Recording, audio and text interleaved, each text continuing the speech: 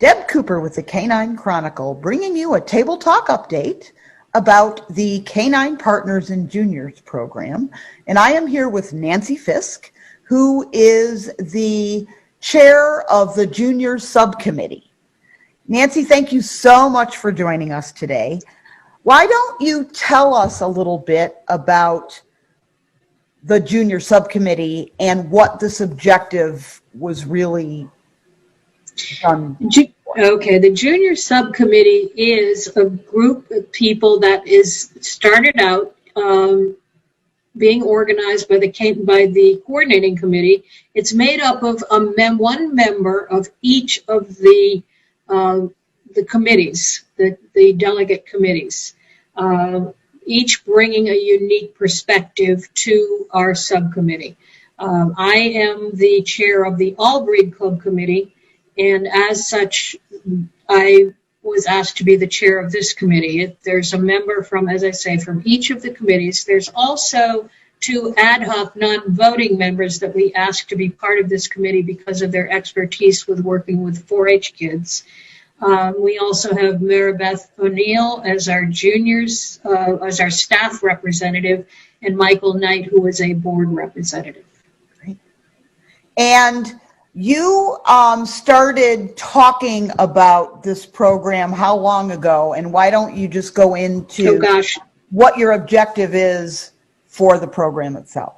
Okay, originally, we've certainly in the All Breed Club Committee meetings, we brought up juniors on a very regular basis, trying to get all breed clubs to engage juniors more in order to keep the sport alive and to keep more members in the sport. And so that was a goal at the All Breed Club Committee, and then went on to at the coordinating committee meetings. We realized that all of the committees had the same objective. They wanted to keep juniors involved, which is why we brought this there. But this is, I say, this has been a topic of mine for many, many years, and certainly of the committees in general. Mm-hmm. The purpose of our committee is to engage.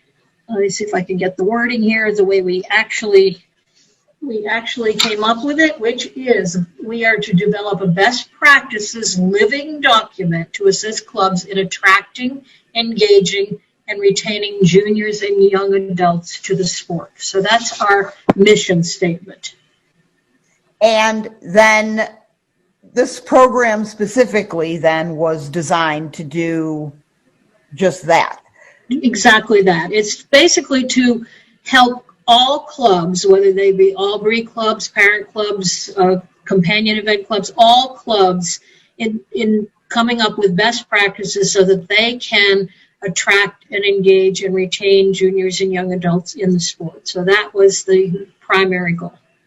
So let's talk about Canine Partners in Juniors. Okay. I've heard analogies such as 4-H, UKC, and when people are talking about this program. So you have now recommended, and the board has approved, mm-hmm. that Canine Partners be allowed as a juniors exhibit. Correct? Correct. What we were realizing is that the sport, basically their Canine Partners are already involved in the companion events and the performance events.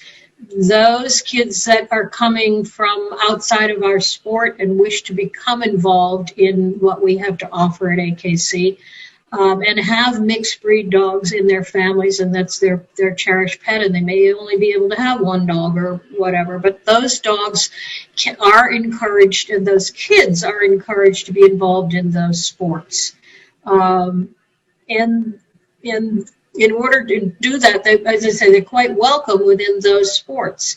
The problem is that many of the other shows, our all breed shows, many of them don't have obedience at their shows. They don't have any of these things at their shows.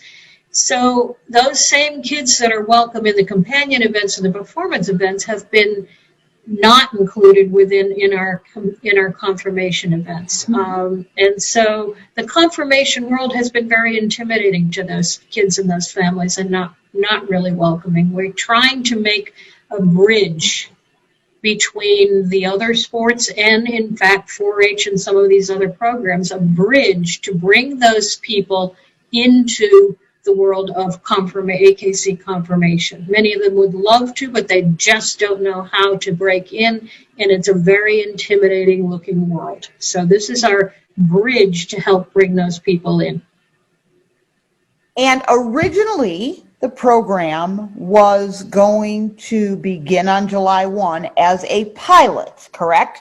Pilot program, you guys, 18 months. That means correct. Kind of we go through this, we figure out what works and what doesn't, and come up with a program. It's a pilot program for 18 months. And originally, there was no opt-out language for a club. So why don't you tell us a little bit about why the big change and the reason that we chose to suggest to the board that they consider this as an opt-out program was because first of all, there was great concern within the fancy, and that seemed to be a real problem. And people were very, very concerned to the point where it sounded like they were going to be approaching this in a very negative manner. The same type of feedback happened when the canine partners were brought into the companion and performance events.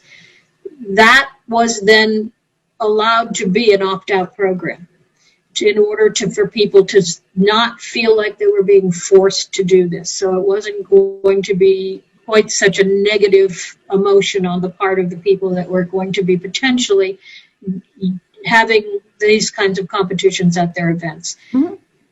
What we wanted to make sure is that the people that are choosing to do that are going to be including these kids at their events are doing so with a positive manner. So those kids can come into the sport and not feel ostracized right from the minute they walk in the door.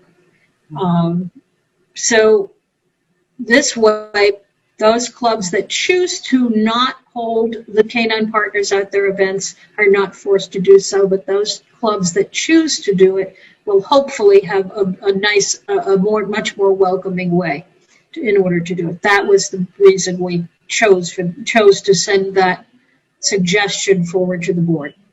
Because I mean, as I understand it, the concern was that clubs would just say, well, if I have to have canine partners, then I'm not having juniors. There were a number of clubs that were voicing that opinion, and we certainly didn't want clubs to not hold juniors events. That would be defeating the purpose that we have to bring kids into the sport. We certainly don't want kids to be kept out of the sport because of this.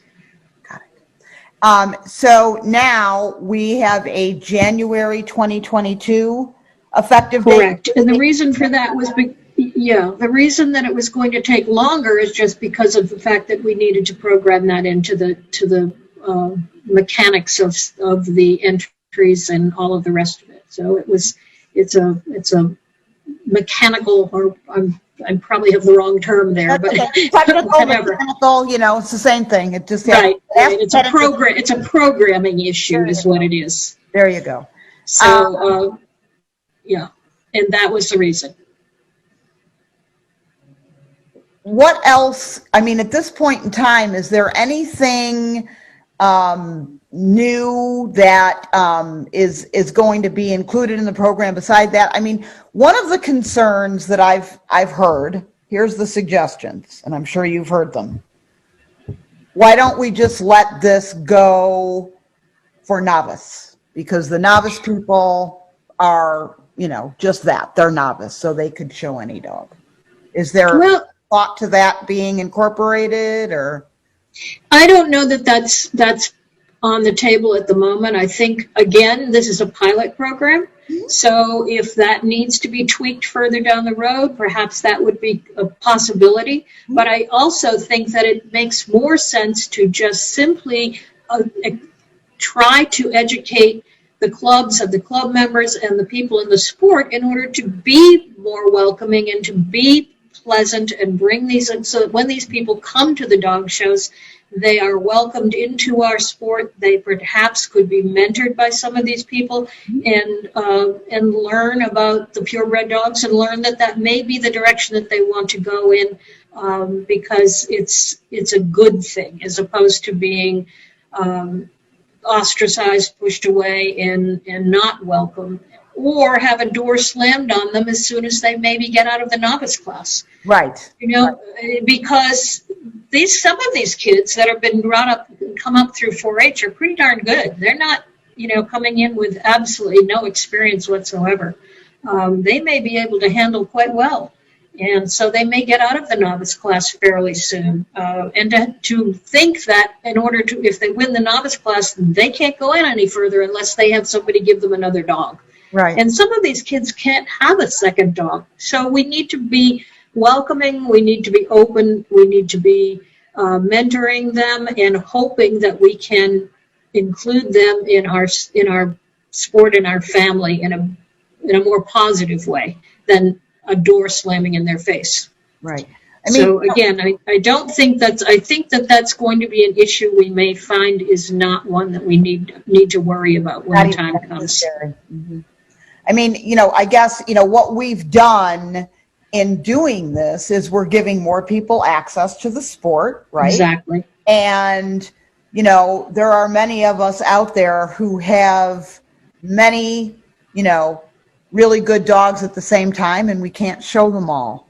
Mm-hmm. So, a child who comes, how would you ever get in contact with some of these kids if it weren't for them coming to the dog show with the dog that they already have? Right, exactly. Now we do hope as a committee, we are working on developing educational programs that can help clubs learn how to reach out to some of these groups within their community. So they may already start to establish mentoring situations with those kids. And that can perhaps happen even before they come to the dog show, so that that those transitions may happen without a lot of difficulty and without a lot of time. So we're going to be working on all of those programs, helping clubs learn how to do that, helping them figure out how to make it work and be more accessible to the kids and more accessible to their families. Remember that we're not just looking for these kids to come in. We want their families to come in. We need new members in our clubs. Our clubs are dying. Many of them are dying and need new members. If you look around at a dog show and you look at the people that are doing all the work, we're an older crew. We need those young, strong bodies, and I would welcome them with open arms if I were in that situation. Well, that's a really kind of great way to end our first discussion, because it's so true. In any way that we can, all support these initiatives to bring new people in is going to do nothing but help our sport. So, absolutely. I think that, at least personally, I appreciate all the work that you've done with your committee. I know that it's a lot of work, and I appreciate it very much. We're going to try to continue to have a couple of conversations here to try to help people kind of understand the initiative and frankly get both sides, because and that's one thing that I really would like to stress here is that as a committee, and I'm chair of the Albury committee, so I'm very accessible to anybody. They can contact me by email. They can call me on my phone. It's listed in the directory. I'm happy to take any suggestions. Our committee is looking at any and all suggestions. Yeah. We really do want to make this work for everybody, and not just with this particular program, but with anything to do with juniors. So please, we are really open to any suggestions that people have. We will think about what they have to tell us, and I will be getting back to them to let them know what our committee has thought about, going forward with their suggestions. Great. And here, what we're going to try to do to help, I'm going to have a conversation with a couple of juniors and get a couple of different perspectives there, a couple of junior judges as well. So we'll keep the conversation going. I won't Perfect. bother you again to involve in one of those conversations. I know Meredith Absolutely. agreed to. And anything that we can do, please let us know, because we love to help. Absolutely. I appreciate that, and I'm very, very grateful for the opportunity to speak with you today. Nancy, thank you so much for all of your hard work, and we'll talk soon. Okay, thank you. Stay tuned. We're going to have more on this topic. Okay, I appreciate it. Thank you.